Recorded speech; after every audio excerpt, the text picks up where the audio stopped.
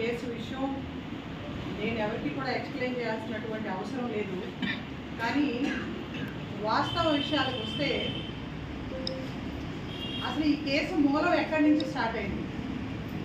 ఒక పారిశ్రామికవేత్త ఎక్కడో ముంబైలో ఉండి ఆమెను లొంగ తీసుకుని అనేక రకాలుగా వేధించి ఇబ్బందులకు గురించేసి కేంద్ర రాష్ట్ర ప్రభుత్వాల్ని అడ్డం పెట్టుకుని ఒక మహిళని ఇన్ని రకాలుగా చిత్రవదలు చేసినటువంటి ఒక పారిశ్రామికవేత్త ఎవరనేది జిన్నాలు మనందరికీ తెలిసిందే కదా. మూలాలు అక్కడి నుంచి వస్తున్నాయి.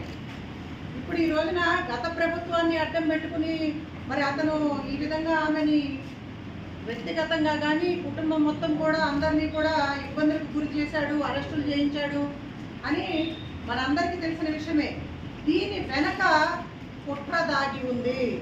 చాలా పెద్ద ఎత్తున కేంద్ర ప్రభుత్వం బీజేపీ నాయకుల హస్తం లేకపోతే, వాళ్ళు ఆడమన్నట్టుగా ఆడకపోతే జగన్మోహన్ రెడ్డి ఆ విధంగా అతను చేసుండేవాడు కాదేమోనని చెప్పి నాకు అర్థమవుతా ఉంది.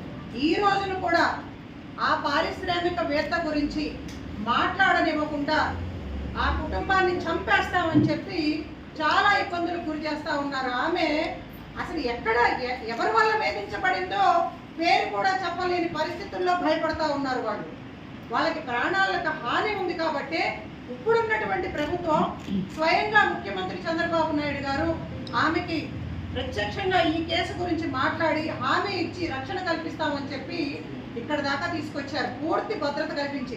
మరి ఒక ఆడబిడ్డని కుటుంబాన్ని మొత్తాన్ని కూడా కాపాడుతామని చెప్పి ఆంధ్రప్రదేశ్కి తీసుకొచ్చిన తర్వాత గత 10 రోజులుగా ఆమె వద్ద తల్లిదండ్రులతో ఈ రాష్ట్రంలో వెయిట్ చేస్తూ ఉంది న్యాయం కోసం. మరి ఇటువంటి పరిస్థితుల్లో రాష్ట్ర ప్రభుత్వం పూర్తి బాధ్యత తీసుకుని జ్యుడిషియల్ ఎంక్వైరీ వేసి ఆమె చేస్తున్నటువంటి ఆరోపణలు మరి ఇప్పటివరకు కూడా 10 రోజులైనా కానీ దోషులపైన ఎఫ్ఐఆర్ కట్టలేదు అంటే చంద్రబాబు నాయుడు గారు కూడా ఎన్డీఏ ప్రభుత్వంతో కలిసి ఉన్నాడు కాబట్టి బీజేపీ పెద్దల నుంచి ఏమన్నా ఒత్తిడి వచ్చిందా, ఆ పారిశ్రామికవేత్త నుంచి ఆ బడాబాబుల నుంచి ఈయనకేమన్నా ఆదేశాలు వచ్చాయా, అది చాలా స్పష్టంగా రాష్ట్ర ప్రభుత్వమే తెలియచేయాలి. లేదంటే ఇది మనందరి బాధ్యత. ఈ రోజున మన రాష్ట్ర పరువుకు సంబంధించినటువంటి విషయం. మేమందరం కూడా ఉమెన్ ఆర్గనైజేషన్స్, మీకు తెలియదు కాదు, రమాదేవి గారు, దుర్గా భవానీ గారు, నేను ఇంకా ఇతర మహిళా సంఘాలకి ఆ మైనార్టీ మహిళలు అందరూ కూడా గత 10 సంవత్సరాలుగా అనేక రాష్ట్ర అభివృద్ధికి సంబంధించినటువంటి అంశాల మీద పోరాటం చేస్తూ ఉన్నాం. మమ్మల్ని సోషల్ మీడియా వేదిక ద్వారా ఎంత చండాలంగా అసభ్యకరంగా పోస్టులు పెట్టి వేధించారో, మా పైన తప్పుడు కేసులు పెట్టారో మీ అందరికీ కూడా తెలుసు. మీరే సాక్ష్యం. మమ్మల్ని ఈడ్చి పారేసినటువంటి సందర్భాల్లో కూడా మీడియా మిత్రులే మాకు అండగా నిలిచినటువంటి సందర్భాలు. అప్పుడు ఏ ప్రభుత్వాలు కూడా మాకు అండగా నిలబడలేదు. గత ప్రభుత్వం జగన్మోహన్ రెడ్డి గారు కానీ మరి చంద్రబాబు నాయుడు గారు కానీ ఎవరు కూడా మాకు అండగా మాట్లాడలేదు. కానీ ఎక్కడో ముంబైలో నివసిస్తున్నటువంటి ఒక మహిళకి అండగా ఉంటాను అని చెప్పి భరోసా ఇచ్చినందుకు చాలా సంతోషం, స్వాగతిస్తా ఉన్నాం. దీని ద్వారా మా అందరికీ కూడా న్యాయం జరుగుతుందని చెప్పి మేము ఎక్స్పెక్ట్ చేసాం. మరి అటువంటి బాధిత మహిళని ఆంధ్రప్రదేశ్కి తీసుకువచ్చి ఇన్ని రోజులుగా ఇక్కడ ఉంచి ఇప్పటి వరకు కూడా ఎటువంటి ఆదేశాలు ఇవ్వలేదు, ఎటువంటి చర్యలు చేపట్టలేదు అంటే చాలా అనుమానాలు రేకెత్తుతూ ఉన్నాయి. గత ప్రభుత్వం పైన ఏ విధంగా అయితే పారిశ్రామికవేత్త ఆ జిందాలు బీజేపీ నాయకుల చేత ఒత్తిడి తీసుకువచ్చి ఏ విధంగా ఇక్కడ యంత్రాంగానంతటినీ కూడా అడ్డం పెట్టుకుని ఆ కుటుంబాన్ని వేధించాడో అదే స్థాయిలో ఇప్పటికి కూడా ఆ పారిశ్రామికవేత్త బీజేపీ పెద్దల హస్తం ఉన్నట్టుగా అనుమానం వస్తూ ఉంది.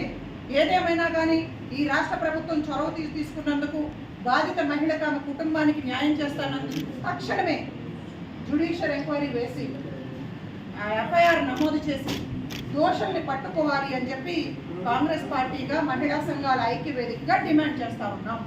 మేమందరం కూడా ఆమె నిజంగా చాలా ఆవేదనతో మహిళా సంఘాల ఐక్యవేదిక రమాదేవి గారిని మమ్మల్ని అందరినీ కూడా సంప్రదించినప్పుడు ఆమెకు అండగా ఉండటం మన బాధ్యత అనిపించింది. కాబట్టి ఆమెకు పూర్తి స్థాయిలో మహిళా సంఘాల ఐక్యవేదిక మద్దతు ప్రకటిస్తూ ఉన్నాం. వరదలు అన్ని రాష్ట్రాల్లోనూ ఉన్నాయి సార్. ముఖ్యమంత్రి గారు పక్క రాష్ట్రం తెలంగాణలో కూడా చాలా బీభత్సం జరిగింది, ఖమ్మం జిల్లాలో కూడా అలా అని చెప్పి అక్కడ ముఖ్యమంత్రి రేవంత్ రెడ్డి గారు ఇదే జాతీయ పార్టీకి ప్రాంతీయ పార్టీకి ఉన్నటువంటి తేడా అక్కడ మంత్రుల కమిటీని ఏర్పాటు చేసి అన్ని చర్యలు కూడా తీసుకుంటా ఉన్నారు. ముఖ్యమంత్రి గారు కేవలం దాని మీదే పెట్టి కూర్చోలేదు, అన్ని జాగ్రత్తలు చేస్తూ ఉన్నారు. కేంద్ర ప్రభుత్వానికి నివేదిక కూడా ఇవ్వడం జరిగింది, కేంద్ర ప్రభుత్వాన్ని డిమాండ్ చేయడం జరిగింది. ఇక్కడ కేవలం మరి ముఖ్యమంత్రి చంద్రబాబు నాయుడు గారు 75 ఏళ్ల వయసు ఆయన తిరుగుతూ ఉంటే మేమందరం కూడా స్వాగతిస్తూ ఉన్నాం, అభినందిస్తూ ఉన్నాం, ధన్యవాదాలు తెలియజేస్తూ ఉన్నాం.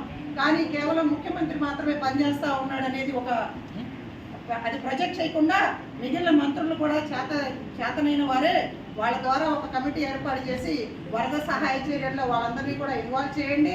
ఇతర విషయాలపైన మరి వరదల ఆంధ్రప్రదేశ్ అంటే 26 జిల్లాలు ఉన్నాయి, కేవలం కృష్ణా గుంటూరు జిల్లాలే కాదు, మీరు మిగిలిన జిల్లాల మీద కూడా మీరు చూడాలి. చాలా సమస్యలు ఉన్నాయి రాష్ట్రంలో. ఇటువంటి మహిళలు కూడా మరి మిమ్మల్ని నమ్మి ఈ రోజున రాష్ట్రానికి వచ్చి ఉన్నారు కాబట్టి తక్షణమే న్యాయం చేయాలి అని చెప్పి మేము రాష్ట్ర ప్రభుత్వాన్ని కోరుతాము. ఐదు రమాదేవి గారు.